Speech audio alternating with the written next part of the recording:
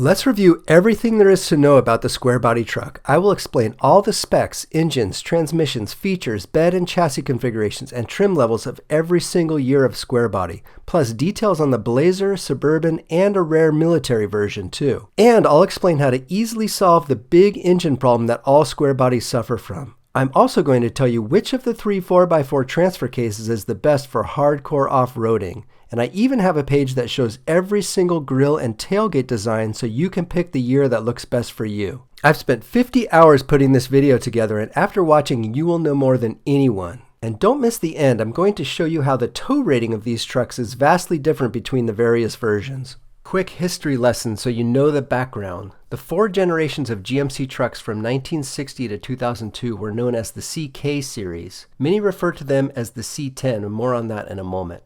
The first truck in the CK series was the 60 to 66, which ran for 7 years. 67 to 72 was next. This is the 2nd generation CK and the 7th generation Chevy truck in total. But you are here for the 3rd generation, the square body CK series, which was in production for 15 years, but kinda 18 years. I'll explain that too. The 4th generation CK series was known internally at GM as the GMT 400. It ran from 1988 to 2002 and was replaced in 2003 by the Silverado, but the Silverado name actually first appeared on the square body as a trim level. More on that coming up as well. If you are wondering, the trucks before the CK series were known at GM as Task Force and ran from 55 to 59.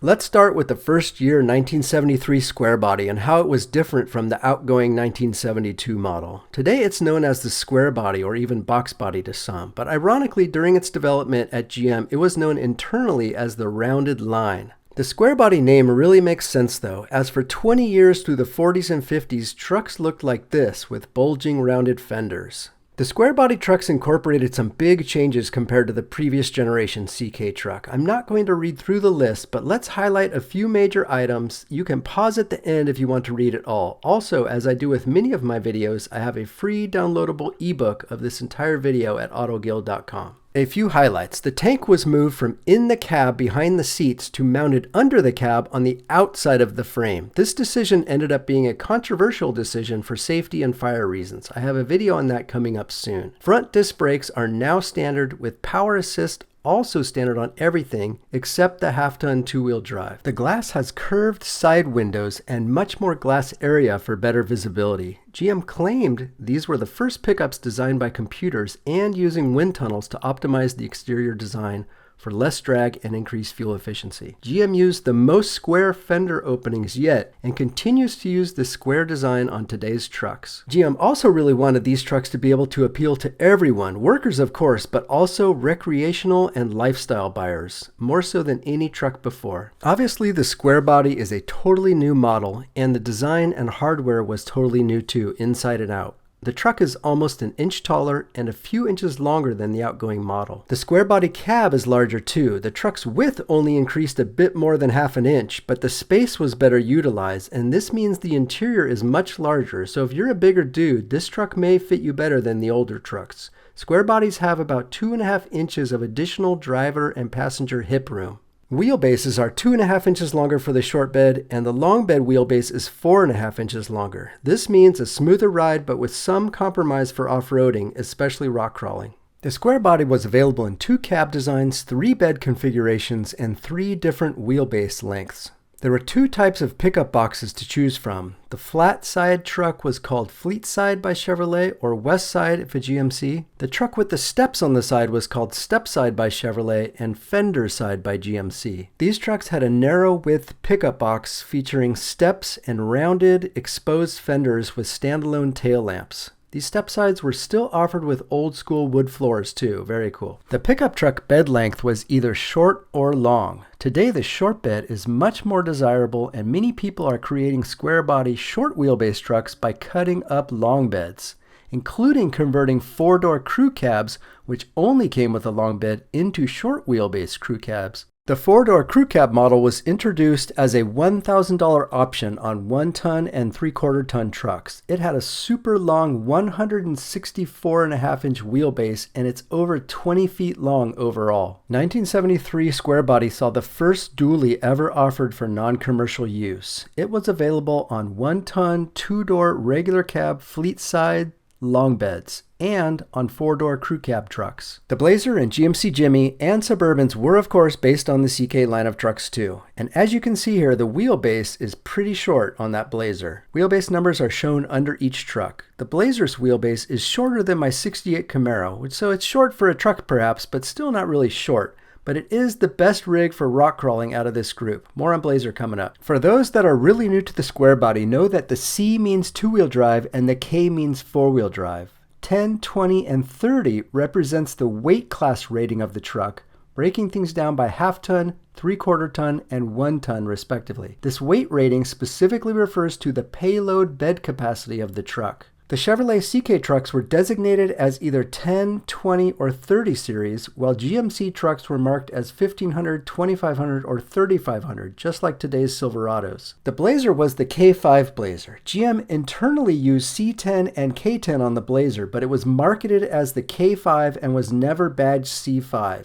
Even if it was 2-wheel drive model. I called it C5 here, but really they were all K5, but you could get it in 2-wheel drive. There was also a heavy-duty military version that some have converted to civilian use, more on that coming up. Note that the actual payload amount was usually higher than a half-ton, 3/4-ton, and 1-ton rating. Before we get into more details, I want to mention something very important. The last year for the Square Body truck was officially 1987. This was the year that the half-ton trucks, the C10 and K10, were replaced by the all-new GMT 400 truck for the 1988 model year. But while the half-ton Square Body got replaced by the 88 model year, the other models lived on as it took GM a few years to transition its entire lineup of trucks to the new body style. The 3/4-ton Square Body trucks kept going an extra year and were replaced for the 1989 model year. The C30, Crew Cab, Blazer, and Suburban were all still Square Bodies for the 1991 model year, finally being replaced by their GMT 400 counterparts for the 92 model year. During this 1987 to 1991 period, these Blazers, Suburbans, and Crew Cabs got a makeover, and the grille was changed to try to make them look more like the GMT 400 trucks. So if you know a dude who says he's got a 91 Square Body Blazer, you know he's not lying, even though the Square Body's last year was officially the 1987 model year. For the average consumer, the half-ton C10 2-wheel drive model was plenty of truck, and by far the most popular choice. But what is the difference between the C10, C20, and C30? What actually makes a C20 and C30 heavy duty? Here are some of the main differences. The C20 and C30 received different frames that were both taller and of thicker material. Spring rates are higher on bigger, heavier trucks, with physically thicker shocks on the C30. Brakes are different too and get increasingly bigger on all three versions. C20 and C30 trucks had more aggressive standard rear axle gearing ratios right from the factory, but this was partially due to having larger tire diameters too. Half-ton trucks had 15-inch wheels, while 3/4-ton and 1-ton had 16.5 till 83 when they moved to 16-inch wheels. Heavy-duty trucks also had more lugs for the wheels, 8 on the C20 and C30, with 4x4s having 6 instead of 5 on the half-ton. The C20 and C30 also had heavy-duty tires and batteries as well. I like to think of the half-ton as mostly play with some light work, the 3/4-ton as mostly work and some play, and the 1-ton as work only. Okay, let's talk engines and transmissions. Engines for the Square Body were pretty basic. A couple of inline sixes, usually 1 or 2 mild small block V8s, 1 or 2 performance V8s, and I use the term performance very lightly, and usually 1 big block 454 was offered. This page covers 1973 to 79, and the next page covers 80 to 87. Don't spend too much time on this page. Just know that all the Square Body horsepower numbers are a bit of a joke. All of the engines are pathetic, with the exception of maybe the 454. I seriously doubt that any of you are looking at this list going, oh, I really got to pick the right truck year so I can get the good engine. None of them are good. And I'm not just saying that because I have an amazing LS Swap ebook, which is 100 pages and it's on sale right now for only $20. Details on the ebook coming up. Anyway, allow me to explain. Inline sixes tended to have around 100 to 120 horsepower. The base V8s around 120 to 140 horsepower. The top 350 and 400 V8s around 160 to 180 horsepower. The most horsepower in the square body ever came with was 245 horsepower in the 454. Unfortunately, these trucks are extremely rare and very expensive, and they get about 7 miles to the gallon on a good day. Here is what you'll experience with these old engines. Tons and tons of torque right off idle, and then nothing else happens, except some additional noise as the engine makes a horrible mooing sound as it tries to find some power. But then it can't because the standard 8.5 to 1 compression ratio won't allow it. Another example, the 5-liter 307 small block made 115 horsepower. Whoa, pretty impressive. The GM engineers were able to get 115 horsepower out of only 5 liters. But this was the 70s, and the 307 was killed the next year. And if you've seen my history of the small block Chevy video, then you know that. Horsepower did get a little better as the years went on, but not really. What's even more sad is the inline 6 with its 1-barrel carb. It made 100 horsepower, only 15 less than the 307. An LS swap will give you 3 to 5 times the horsepower and probably 2 to 3 times the fuel economy. Again, more on that in a minute. Okay, let's review a few highlights for each year. In 1975, a 400 engine option was added for 4x4 models. Catalytic converters also became standard in 75 for most light-duty trucks. 1977 saw the introduction of a new 305. It was designed to be a fuel-efficient and low-priced engine. It's a pretty common engine of the 70s and 80s. The 305 is a terrible engine to modify too, though, as it has a bore size of 3.7 inches. So small that it's hard to put good cylinder heads on it, so I don't recommend trying to mod the 305. You can spend lots of money and see very little gains. In 1978, a diesel V8 arrived, borrowed from the Oldsmobile. It produced 120 horsepower. At the time, it was the only light-duty truck with a V8 diesel. It was optional on the 10 series trucks and had a horrible reliability reputation. In 1979, catalytic converters became more common, now on half-ton and 3/4-ton trucks. Let's talk about transmission. Manual options at launch included a 3-speed manual, 4-speed manual, and a turbo-hydromatic 3-speed automatic. And as you'll see on the next pages, these options didn't change that much. Many manuals were column shift, and the 3-on-the-tree shifting tends to get sloppy as the linkage wears out. The Muncie SM465 4-speed manual has a reputation for being clunky, slow shifting, and low tech, but also strong and reliable. It has a super ultra low first gear of 6.5 to 1, which is great for rock crawling, but is really too low to use regularly on the street. So it's really more of a 3-speed for the street. This trans was used in all years from half-ton to 1-ton and beyond on 2-wheel drive and 4x4s. As usual in the 70s, the main automatic of the day was the turbo-hydromatic 350 for light-duty applications, while the 400 was used in heavy-duty applications. We covered this in my automatic transmissions video. Okay, moving on to 1980 to 87. More bad news here. 1980 was the last year for the 400 small block. 1981 is a big update year. I've got a page explaining all the changes coming up. 1981 also saw the introduction of the NP208 transfer case for K10 and K20 trucks. An entire page on transfer cases is coming up too. In 1982, the sad Oldsmobile-sourced 350 diesel was replaced by an all-new and sorta maybe pretty decent by 1982 standards 6.2-liter diesel with 130 horsepower. Chevy knew that the old car-based Olds diesel was terrible for a truck, so they promoted the new diesel as, quote, designed for trucks, which it was. In 1985, a new 6 arrived. This time, it was a 4.3-liter V6. In 1987, the square body's last year before being replaced, a 350 TBI was introduced, and power went up to 210. TBI was short for throttle body injection, and this really marks the beginning of modern engines. Okay, transmissions. 81 saw the arrival of a new 4-speed manual. The new Process A833 is a light-duty overdrive 4-speed. It's based off of a Chrysler 60s design. Generally considered much more smooth and engaging than the SM465. If shopping online for these, know that many were used in Mopars and won't fit GM vehicles, so make sure if you buy a used one, you get the right one. 4x4 versions had an iron case and 2-wheel drive versions had an aluminum case. This transmission does not have the SM super low, almost useless first gear. It has almost the same gear ratios as the upcoming 700R4, which was introduced in 1982. It's a 4-speed automatic transmission with an overdrive. It did have some problems early on, but by the end of the square body, it was a pretty decent transmission if properly set up. And it's super easy to swap in place of a 3-speed automatic. 1985 saw hydraulic clutches for all manual transmissions. And in 1991, for older square bodies, some models got the super beefy 4L80E 4-speed electric lockup converter automatic. Okay, so I've been bashing the square body engines, and now you'll see why. Generally speaking, you can expect 0 to 60 times in the 10 to 15 second range for the square bodies.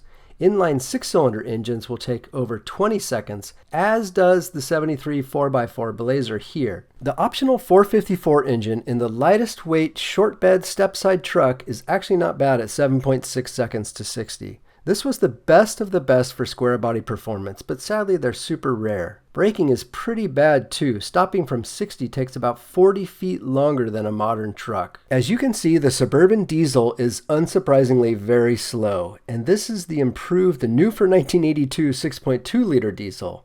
That 15.1 seconds is a 0 to 60 time, not a quarter mile time. The most modern 1989 square body Blazer with the 350 and a 4-speed trans is faster than the 73 Blazer, but still horribly slow. Full-time four-wheel drive models are even slower too because of the extra weight and driveline drag. Before we talk about the 3 different transfer cases, let's talk about how we can cure these performance numbers. Are you curious about an LS swap for your vehicle, or even afraid to do an LS swap because you think it's too difficult? Or do you just want to learn more about the LS? I want to let you know that my LS Swap Survival Guide ebook is here to help, and it's available now at autogild.com. 11 reasons to order the ebook. It's already 100 pages and I'm adding pages all the time. It has help with choosing everything: engine, new versus used, car versus truck, iron versus aluminum block, displacements, cylinder heads, intakes, and so much more. You'll save money too, as I explain which parts are worth replacing or upgrading. Don't buy parts you don't need. Too many swappers make this expensive mistake. One of my goals was to have this ebook solve any problem, not just major ones, but little things like tiny sensors, gaskets, relays. Everything you need for a swap has a dedicated page. This way you don't need to spend days searching dozens of websites and videos for a solution. Complicated topics are made simple: wiring, sensors, fuel regulators, injectors, tuning, electrical harnesses, and more. If you've seen my videos, you know I have an amazing ability to simplify complex topics. It will also soon have a list of 21 potential problem areas to look out for. Some are easy repairs you should absolutely do before you install the engine. Others are just things to watch out for. I'm a firm believer that you need to do your research before starting a complex project. I've done this research. This will save you money, as you won't buy the wrong parts or do the wrong thing. Once downloaded, you can save the ebook anywhere: phone, computer, tablet, or even print it out. And once you buy it, you own it. It's a PDF file, simple and easy to use with no password required. Email it to a friend, no problem. Split the cost with 3 friends, no problem. And unlike a paperback book that you buy and never gets improved, this ebook will be regularly updated. Best part is, those future updates are always free, and they're updates for life. No need to resubmit an order or go to autogild.com or email us or repay ever. We just email the update to you as soon as it's completed.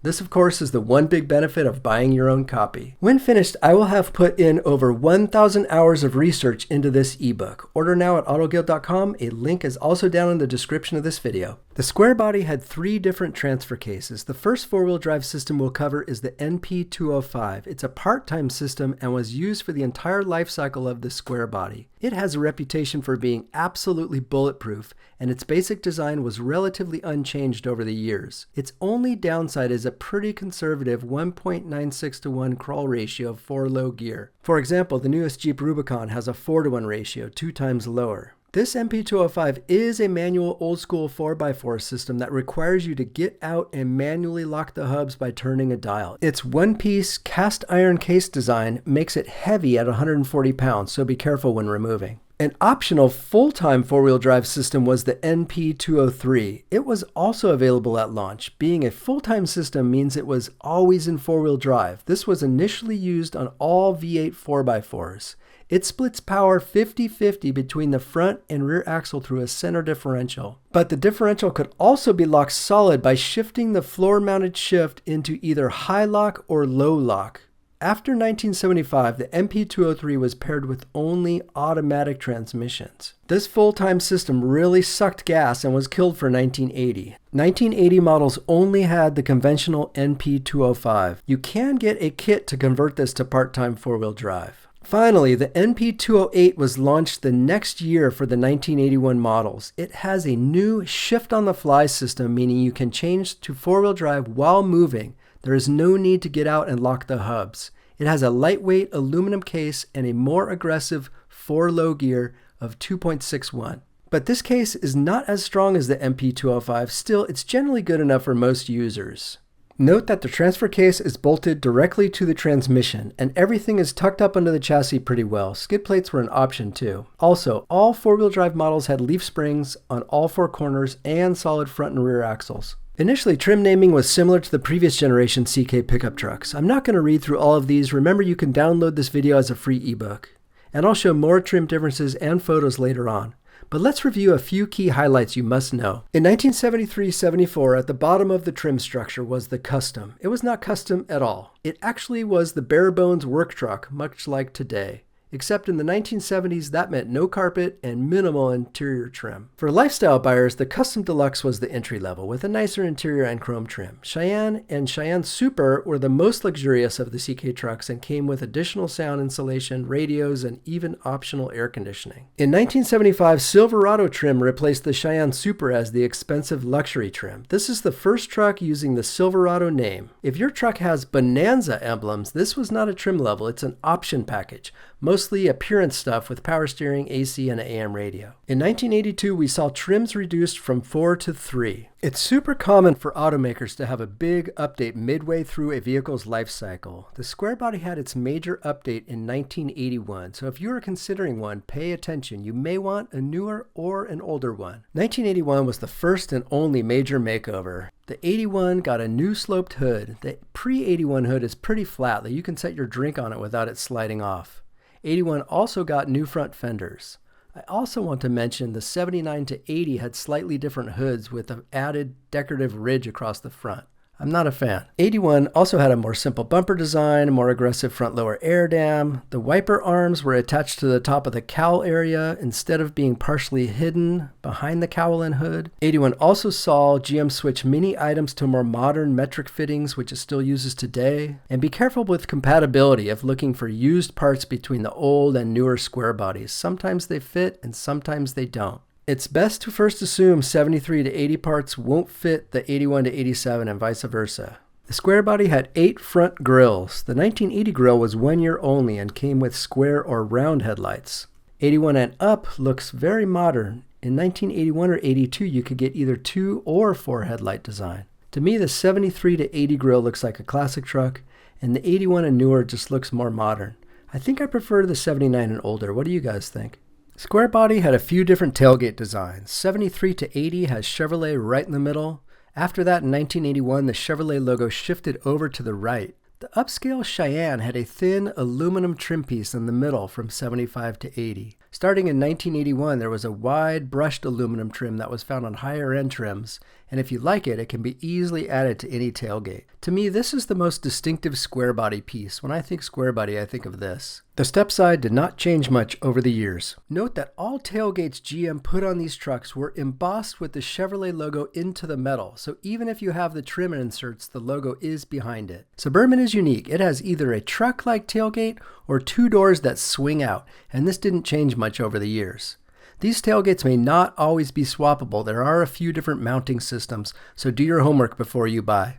I'm not going to read all these. You can pause the video or head over to Auto ɡild for the free ebook. A few highlights. In 1975, HEI ignition became standard. In 76, GM added better rust prevention. 1-ton 4x4 truck was added in 77. And starting in 77 also, you could get power windows and locks. 1981 was of course the big midlife update and weight reduction. More on the weight coming up. '83's big change was moving the turn signals behind the grille, another signature square body look. Let's talk interior. The square body was the first Chevy truck that really pushed luxury and comfort. Before this, people would not usually buy a truck as a daily driver or for their only vehicle.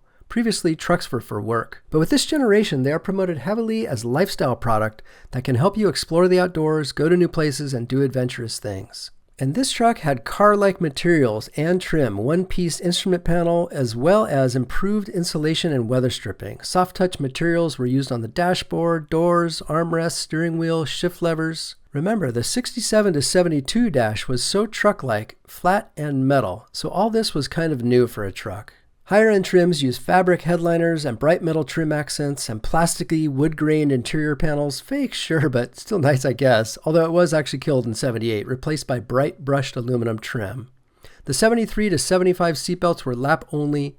1976 and up had front lap and shoulder belts. 1980 was the first year for the cassette tape, along with CB radio. 1981 got a revised interior to go along with the exterior changes, new dash shape, taller and safer seats, and a new instrument panel. The top trim was the Cheyenne Super, and the 1973 brochure bragged that it had 7 inches of foam in the seat padding. The Cheyenne Super also featured a 2-tone paint job and special exterior trim too. The interior had optional bucket seats, thicker deep twist carpeting, fancier cloth headliner, plus cruise control and better audio. Upper trim levels also had more sound deadening materials for less cabin noise and vibration, just like with today's luxury cars. The custom deluxe interior was one up from the bottom, and it came with full vinyl or this multi-striped nylon seat. The lowly custom trim was the bare bones work truck and came with ladder embossed vinyl seats, whatever that is, and black rubber floor mats. That means no carpet. Let's compare some weights. I've started here with a 2-wheel drive, half-ton, long bed, fleet side, small block V8. You can see that by adding a big block or 4-wheel drive, it adds weight.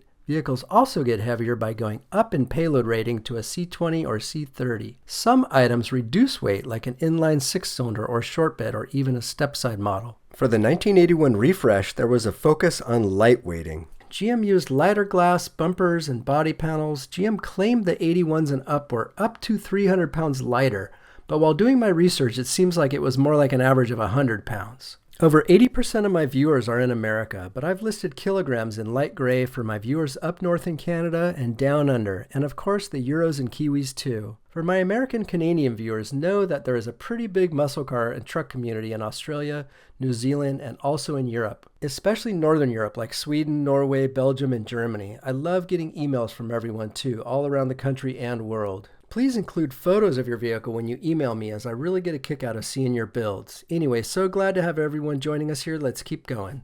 Okay, let's talk about the Blazer. The Blazer was, of course, based on the CK line of trucks. This full-size Blazer ran from 73 to 91, 18 years. The GMC version did too. It was called the Jimmy. If you take a look at these vehicles of this era, you can see there's not much difference from the trucks except for the covered bed. And did you know this Blazer is a convertible? The 73 to 75 Blazers were equipped with a removable, full convertible top. Starting with the 1976 model, the Blazer had a half-cab design. On the half-cab, only the rear of the roof came off. The part over the 2 front seats was a fixed roof design. And these tops are extremely heavy and require a team of full-grown men and heavy equipment to remove and install. Here's some footage of owners removing the top. Okay, so I exaggerate, but you get the point. The tops are really, really heavy. The K5 Blazer is not to be confused with its smaller brother, the S10 Blazer. Also, this full-size Blazer eventually became the Yukon Tahoe. Yukon was actually first, starting with the 1992 model year. The Tahoe came as a 95 model. Would you like to see a full video on the Blazer? Let me know in the comments. Before we get to the Suburban, a quick reminder. Yep, it's at my website, the C10 Square Body eBook. 34 pages, every page from this video and more. Also, if there were any errors in this video, the ebook will have the latest data. Pause for QR code if on TV, and link in the description if you're on a phone. I have other ebooks too, with more being added all the time. The Suburban is one of the longest running, non-interrupted vehicle models ever, from the 1930s to today. Maybe the longest? This square body version, though, was actually a 4-door Suburban. Many of the early versions were only 2-door. And in the 1970s, GM Advertising actually compared these to station wagons. That seems crazy today comparing an SUV to a wagon, but in the 70s, wagons were super popular. New to the Chevy truck lineup in 1973 was a factory crew cab. These crew cabs were available in two seating arrangements, a 3+3 which seated up to 6 people, or the optional bonus cab starting in 1975. It had a lockable storage compartment instead of a rear seat. This crew cab model was a $1,000 option on 1 3/4 ton trucks. The crew cab was also offered as a new dual rear-wheeled option called Big Dually on 1 ton pickups. Note that the dually option was also offered on the regular cab long bed fleet side. Some people are doing cool things with these crew cabs and some crazy things too. And also with the dualies. Crew cabs and C20s and 30s only came with a long bed from the factory, but some are even converting them to short bed by cutting sections out. Also know that GM offered chassis cab for commercial use, step-side sport, camper special, trailering packages, and an aftermarket company was even offering a king cab. So we've already reviewed the half-ton, 3/4 ton, and 1 ton trucks. But have you ever heard about a 5/4 ton truck? Yep, it's a 1 1/4 ton truck, a military truck. In the mid-80s, the US military used commercial truck suppliers like GM to fill some of their vehicle needs. Many of these came from the Chevrolet Commercial Utility Cargo Vehicle group within GM, beginning in 1984. This military truck weighed 5,900 pounds and had a max speed of 65 miles per hour because of the gearing. The truck started life as a C30 chassis. It was powered by the 6.2-liter diesel coupled with a turbo 400 trans. Modifications included the addition of brush guard and towing shackles on the front bumper, dual 12 and 24-volt 100-amp charging systems, and all of them came with a 456 rear differential and locker. These came in many different setups too, including ambulance, troop carrier, command post, repair vehicle. The military used them really for anything: general cargo hauling, firefighting, even communications. Some of these have been converted to street use, but remember they have super low gearing so they can't really go on the freeway, but an LS swap with a 4L80E would be epic. There was also a Blazer version, but it was not a 5/4 ton, it was just a standard chassis. The transfer case is also set up for PTO power takeoff to use water pump, hydraulic pump, snowblower, whatever. In general, Chevrolet sold around 30,000 K-Series trucks and 23,000 Blazers to the US Army. Let's quickly go over manufacturing plant locations. The square body was made at 11 different plants in the US, plus 1 in Canada, 1 in Mexico, and 2 in South America. And let's also talk about the annual and total sales volume numbers while we look at some vintage production photos. Exact production numbers have never been released by GM for the square body, but here is what we know from GM. In 1973, 667,000 square bodies were sold. By 1975, that had gone up to 750,000, and at the time that was a record for GM's best ever year for trucks. GM also stated in 1978 that they had a record truck year of 1.3 million trucks sold. And Suburban and Blazer sales have been known to be around 50,000 per year. We also know that Chevrolet claimed #1 truck sales in 1982, beating Ford, but we don't have numbers for that year. In April 1994, 21 years after the square body launch, General Motors rejected a government request to issue a recall for the side saddle fuel tanks, which blew up in some instances. Video on that coming up. At the time in 1994, GM claimed that there were still 6 million square bodies in use, and that it would cost over $1 billion to replace these tanks. So there were 6 million on the road back then, and this number didn't include Blazer and Suburban, which have the gas tank in the rear. So I'm estimating total square body production is likely around 9 million. That's a lot, and this is one reason why they are still relatively low priced when compared to other classic trucks. And thanks to 73to87.com for some of these great GM heritage photos. Many of you are probably wondering, what is a square body rated to tow? In the 70s and 80s, tow ratings were not as clear cut as they are today and depended more heavily on equipment packages and options. According to official 1970s GM recommendations, a properly equipped truck can tow anywhere from 6,500 to 12,000 pounds. What you may find surprising is that GM stated that these numbers assume that the trailer also had its own braking system. GM is very clear about this in the trailering guide. These old tow ratings are also heavily based on gross vehicle weight rating, so the heavier 4x4 models are actually rated to tow less than the two-wheel drive models. These numbers may have changed a few hundred here and there over the years as specs changed slightly, but these are pretty solid. Still, 8,000 pounds in a 50-year-old square body is kind of a lot. Heavy-duty towing should probably be done with a 3/4 ton or 1 ton. Also, crazy note, GM officially stated in the older brochures that the optional rear step bumper on the square body could tow up to 4,000 pounds from a bumper. That seems totally crazy by today's standards. Remember also that the weight of your trailer is not the final weight. A 22-foot trailer can weigh 4,500 pounds, but add batteries, propane tools, camping gear, bedding, clothes, spare parts, e-bikes, wheel chocks, a full cooler, ramps, generator, etc. All these things can add up to another 1,000 pounds or more.